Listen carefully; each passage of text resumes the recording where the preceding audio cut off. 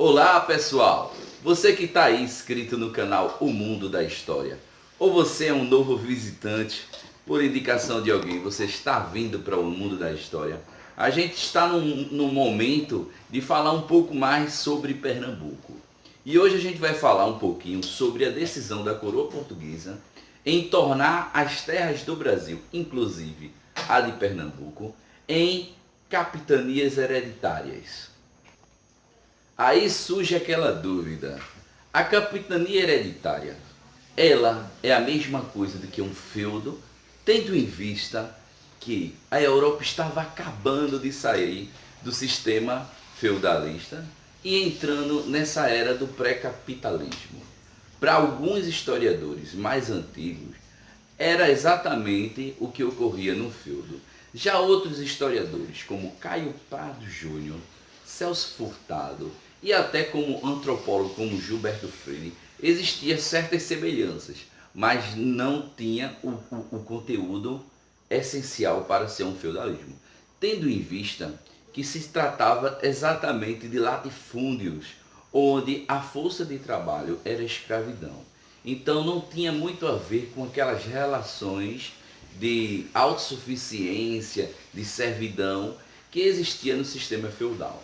Então, para iniciar, a gente já vai distinguir o feudalismo, como algumas questões trazem para a gente relacionada que o feudo ele era muito parecido, ele era idêntico ao sistema de capitanias. Tirando essa primeira dúvida, vamos para uma segunda. Será que Portugal já tinha experiências de capitania? Com certeza. Portugal, por ter acesso a ilhas do Oceano Atlântico, como Cabo Verde, já tinha tentado algumas experiências com capitanias. Essas ilhas, ainda nessa época despovoadas, serviram para a plantação de cana-de-açúcar, que era um artigo de grandiosa valia para essa época. Transformar a cana-de-açúcar em açúcar fazia com que a coroa portuguesa enriquecesse muito e muito.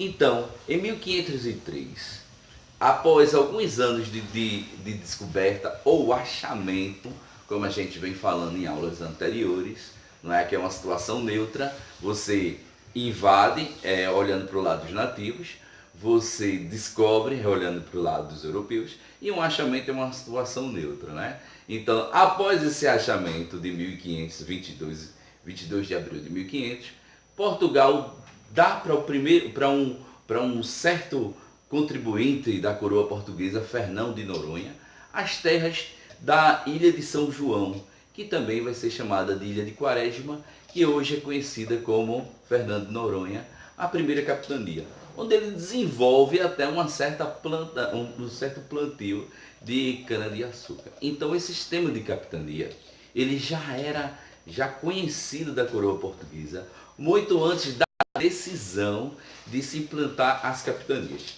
Então as capitanias vão ser implantadas de acordo com 15 lotes desiguais. Esses 15 lotes eles não tinham um tamanho uniforme e vão ser distribuídos para 14 donatários. Como era a escolha desses donatários?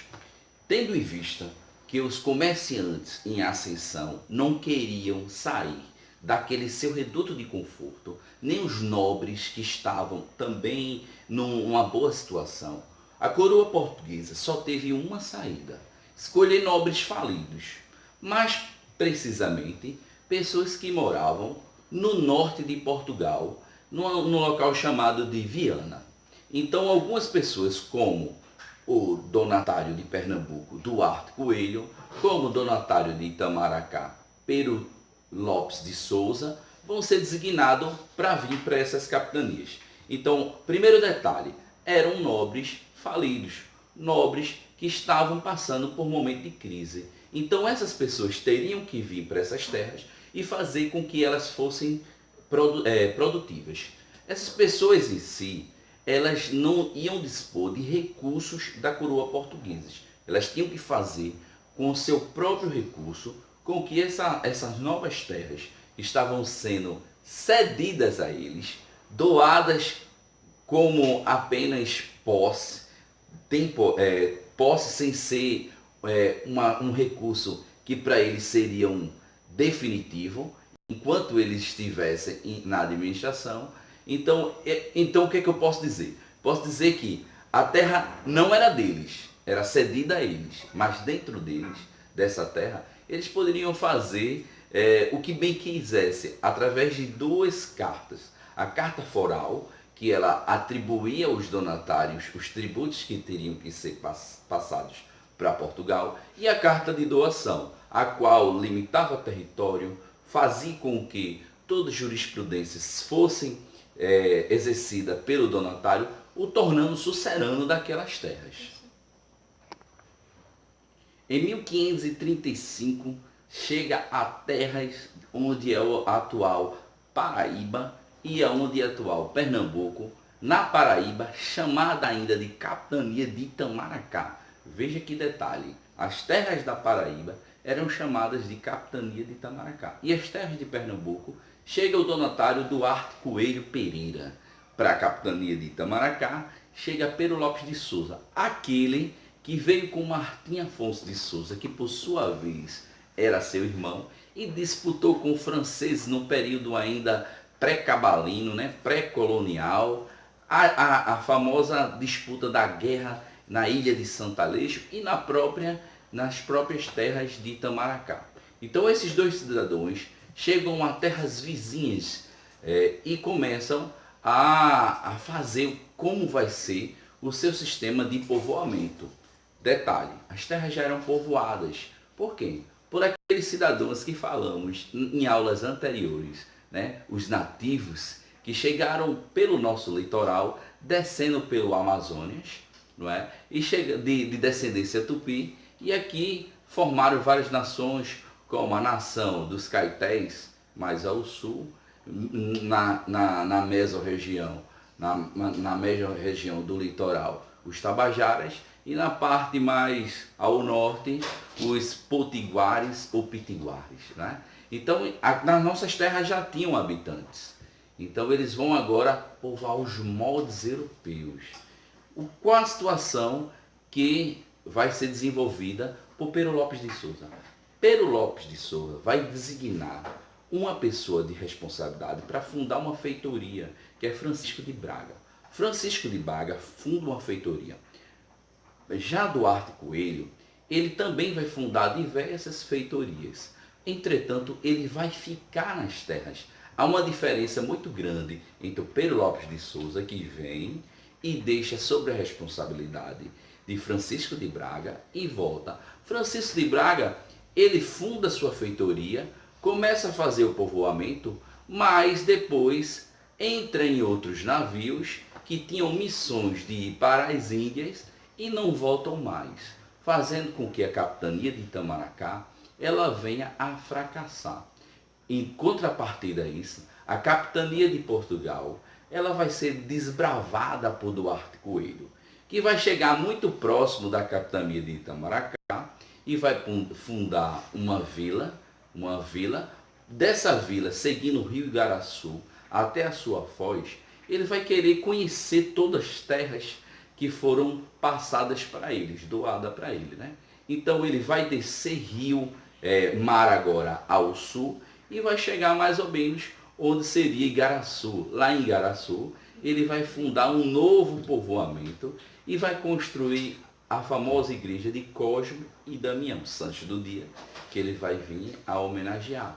Vai descer mais ao sul nas suas embarcações, desbravando mais, e a uma légua ele chega no local onde ele decide fazer uma vila capital, que são as terras de Olinda. Mas detalhe, as terras de Olinda, ela não tinha um porto. Então assim, ele queria estabelecer comércio de produtos tropicais para a Europa. Então para isso ele tinha que ter um bom porto. Então ele vai descer mais uma légua e vai encontrar as terras que são atual do Recife. E lá ele vai fundar uma vila portuária. Nem tudo era mil maravilhas. Esse é um período de grandes dificuldades, principalmente para Duarte Coelho. A primeira grande dificuldade de Duarte Coelho foi primeiro fundar esse porto que a gente acabou de falar, que foi o Porto do Recife. Então, no Porto de Recife se estabeleceu alguns comerciantes que vieram da Europa para comercializar aqui, não é? E também algumas prostitutas que vão estabelecer o seu comércio com a venda do seu corpo também nessa região. Mas outra grande dificuldade de Duarte Coelho vai ser enfrentar os indígenas, tendo em vista que após aquele período de troca de favores, que ambos os lados eram beneficiados, vão passar agora por uma situação de escravidão. Então, a característica dos indígenas vão ser totalmente mudada. Eles agora vão ser hostis.